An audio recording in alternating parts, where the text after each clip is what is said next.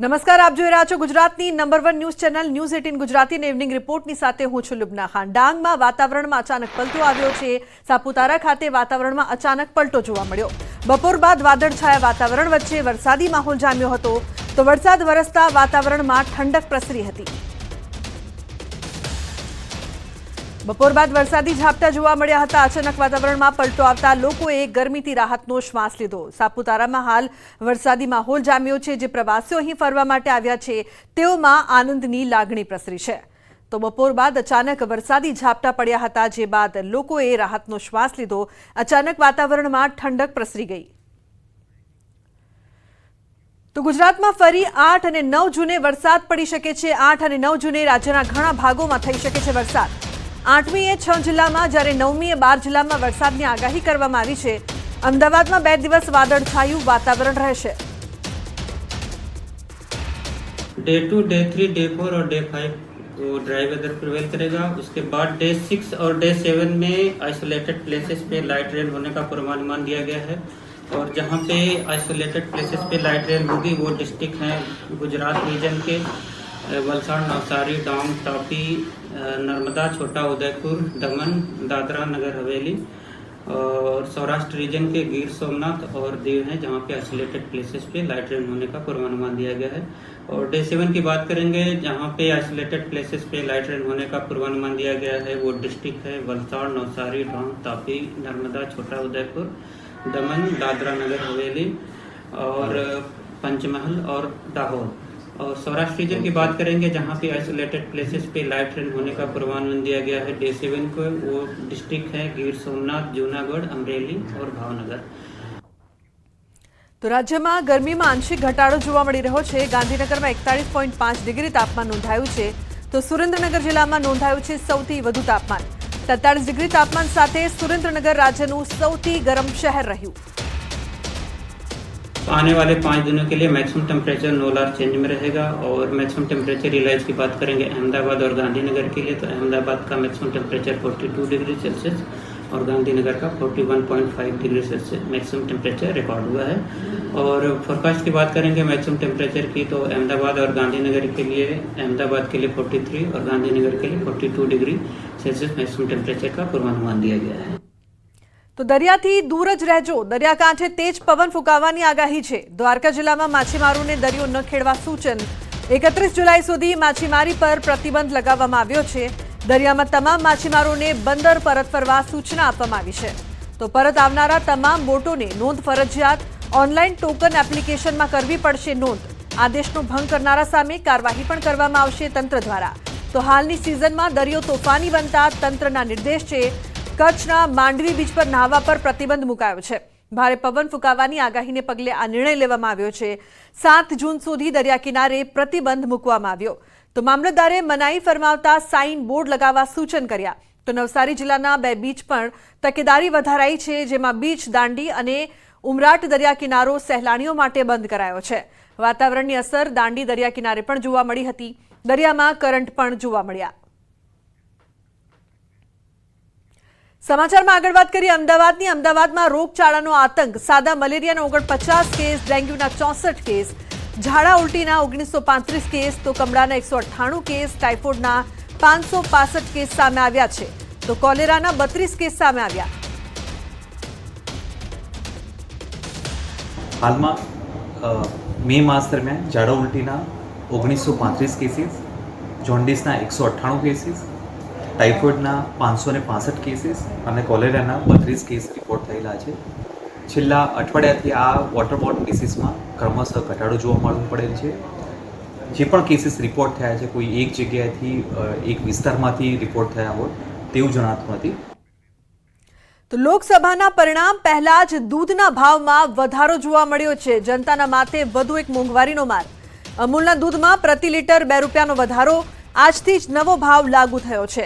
Amul gold, Amul શક્તિ સહિતના ભાવ વધ્યા છે। દૂધની સાથે દહીંના ભાવમાં પણ વધારો નોંધાયો છે। તો અમૂલ ગોલ્ડનો ભાવ પ્રતિ લીટર ₹64 થી વધીને 66 થયો છે। અમૂલ શક્તિના 60ની જગ્યાએ ₹62 ભાવ થયા છે। તો અમૂલ ટી સ્પેશિયલના ₹62ની જગ્યાએ હવે ₹64 ભાવ।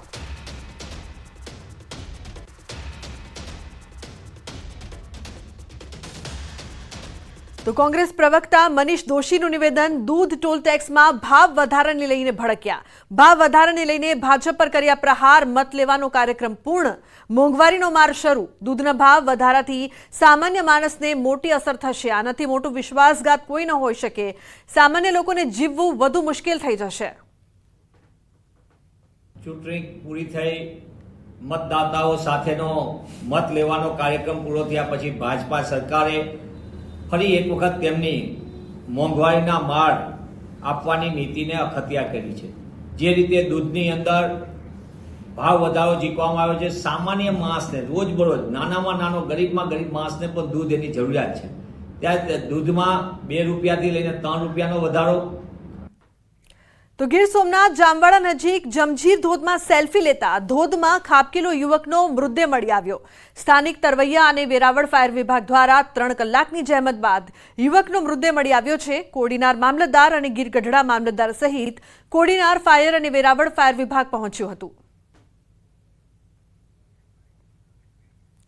તો અમદાવાદના 4 યુવકો ખેડામાં નદીમાં ડૂબ્યા છે. ખેડાના ગળતેશ્વરમાં નદીમાં ડૂબતા 3ના મોત નીપજ્યા. મહીસાગર નદીમાં 4 યુવકો નહાવા પડ્યા હતા. ડૂબતા મિત્રને બચાવવા જતા 3 મિત્રો પણ ડૂબ્યા. એક યુવકને સ્થાનિક તરવૈયાઓએ બચાવ્યો. 3 યુવકોના મૃતદેહોને બહાર કાઢવામાં આવ્યા છે.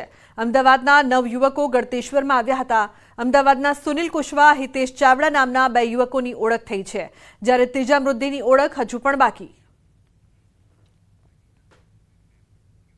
તો બીજી તરફ વડોદરામાં નર્મદા નદીમાં 2 યુવકો ડૂબ્યા છે. નારેશ્વર પાસે નદીમાં 2 યુવકો ગુમ થયા હતા. 2 યુવકો કરજણના રાલોદ ગામના રહેવાસી છે. કરજણ ફાયર વિભાગે યુવકોની શોધખોળ હાથ ધરી છે. તો મહત્વનું છે કે નારેશ્વર પાસે નર્મદા નદીમાં 2 યુવકો ડૂબ્યા છે. પરિવારમાં હાલ શોકનો માહોલ જોવા મળી રહ્યો છે. 2 યુવકો અહીં ફરવા માટે આવ્યા હતા. 3 દ્રશ્યો ગીર સોમનાથ, ગળતેશ્વર, ખેડા અને વડોદરાના સામે આવ્યા.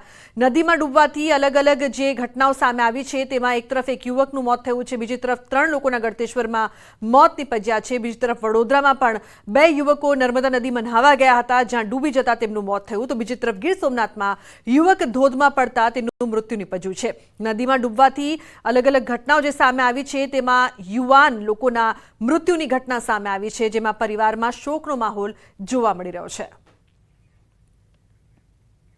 વલસાડમાં તેજ રફતારનો કહેર જોવા મળ્યો છે. 2 લોકોના મોત નીપજ્યા છે. ઉમરગામના કનાળુ ફાટક પાસે અકસ્માત સર્જાયો. અકસ્માતનો બનાવ સીસીટીવીમાં કેદ થયો છે. તેજ ગતિએ જતા 2 બાઇક ચાલકો અથડાયા હતા. અકસ્માતમાં 2 યુવકોના મોત થયા છે, જ્યારે 2 લોકો ઘાયલ થયા છે. ઉમરગામના કનાળુ ફાટક 3 રસ્તા પર 2 બાઇકો વચ્ચે અકસ્માત થયો હતો. દમણના બામણ પૂજાથી એક બાઇક કનાળુ 3 રસ્તા તરફ આવી રહ્યું હતું, જ્યારે અન્ય એક બાઇક પર સવાર 3 યુવકો સરીગામથી ફણસા તરફ જઈ રહ્યા હતા. એ વખતે ટ્રિપલ સવારી પૂર ઝડપે પસાર થઈ રહેલા બાઇક ચાલક યુવકથી 3 રસ્તા પર ટર્ન નહીં કાપી શકતા 3 રસ્તાથી પસાર થઈ રહેલા અન્ય એક બાઇકને જોરદાર ટકરાયું હતું. ટક્કર એટલી જોરદાર હતી કે બંને બાઇક પર સવાર હવામાં ફંગોળાઈને નીચે પટકાયા હતા, જેમાં એક યુવકનું ઘટના સ્થળે મોત નીપજ્યું, જ્યારે એક યુવકને સારવાર માટે વલસાડ સિવિલ ખસેડાતા તેનું પણ મોત નીપજ્યું. તો મુંબઈના મીરા રોડ વિસ્તારમાં ક્રિકેટ રમતા યુવકનું મોત થયું છે. બોક્સ ક્રિકેટ રમતી વખતે બેટિંગ કરી રહેલા યુવકને અચાનક હાર્ટ એટેક આવતા ઢળી પડતા તેને હોસ્પિટલ ખસેડાયો હતો. જો કે ડોક્ટરોએ તેને મૃત જાહેર કર્યો હતો. આ સમગ્ર ઘટના કેમેરામાં કેદ થઈ છે. કાશીગાંવ પોલીસે આ મામલે એડીઆર નોંધીને વિગતવાર મેડિકલ રિપોર્ટની રાહ જોઈ રહી છે.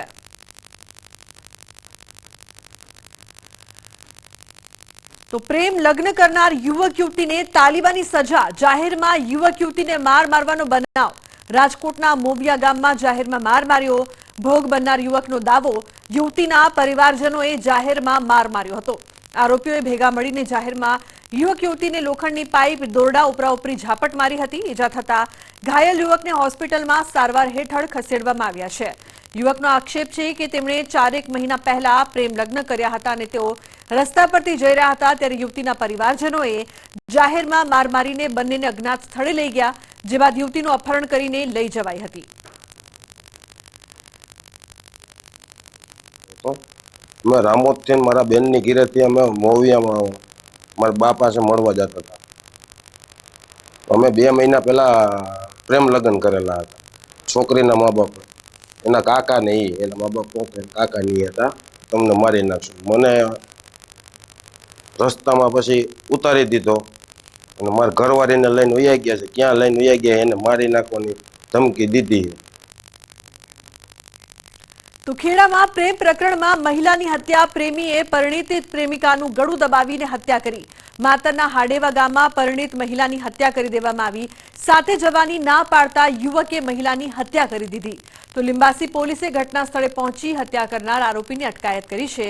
આ સમગ્ર મામલે લિંબાસી પોલીસે ગુનો દાખલ કરી વધુ તપાસ હાથ ધરી છે.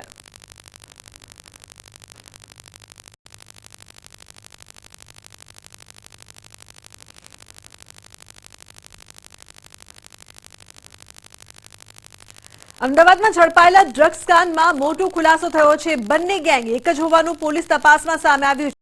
સુરતમાં એલએસડી, અમદાવાદમાં હાઇબ્રિડ ગાંજો ઝડપાયો હતો.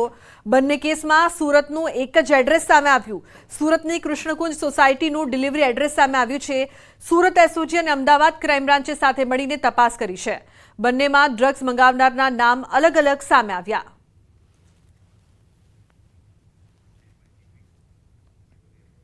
તો નર્મદાના રાજપીપળા શહેરમાં રખડતા ઢોરનો ત્રાસ વધ્યો છે. 1 કલાક સુધી આંખલાવે બાથ ભીડતા આસપાસના લોકોમાં ભયનો માહોલ જોવા મળ્યો છે.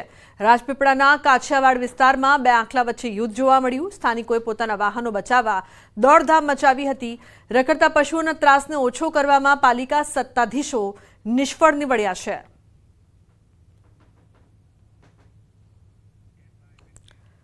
તો સાબરકાંઠાના વડાલીમાં ભંડવાલ ગામે દીપડો દેખાયો છે. ભંડવાલ ગામની સીમમાં દીપડાએ મારી છે લટાર. સ્થાનિકોએ દીપડો દેખાતા મોબાઈલમાં કેદ કર્યો છે વિડીયો. સ્થાનિક કક્ષાએ પાંજરું મૂકવા પણ કરાઈ ચૂકી છે રજૂઆત. સ્થાનિકોની રજૂઆત સાંભળવામાં તંત્રની ઘોર નીરસતા જોવા મળી છે.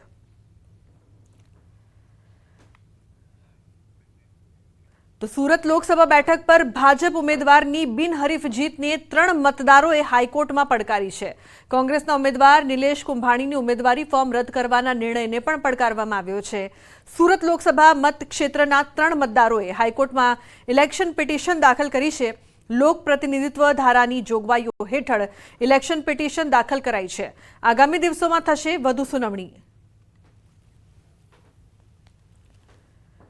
કોંગ્રેસ તરફથી ઊભા રખાયેલા ઉમેદવાર શ્રી નિલેશ કુંભાણીની ઉમેદવારી પત્ર રદ કરતો જે નિર્ણય કરેલ છે એ નિર્ણય અમે લોકપ્રતિનિધિત્વ ધારાની કલમ 100 પેટા કલમ 1ના ક્લોઝ C પ્રમાણે આ ઉમેદવારી પત્ર ખોટી રીતે રદ કરવામાં આવેલું છે અને તેથી રિટર્નિંગ અધિકારીનું ઇલેક્શન ચૂંટાયેલા જાહેર કરવાનું કૃત્ય એક્સપ્રેસિવ નલ એન્ડ વોઇડ છે એવું ડિક્લેર કરવા માટે આજ રોજ હાઈકોર્ટમાં ઇલેક્શન પિટિશન 3 મતદારો વતી ફાઇલ કરવામાં આવેલી છે.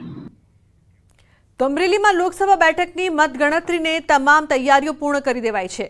પ્રતાપરાય આર્ટ્સ કોલેજ ખાતે સવારે 8 કલાકથી શરૂ થશે મતગણતરી પ્રક્રિયા. જેના માટે તમામ તૈયારીઓને પૂર્ણ કરી લેવામાં આવી છે.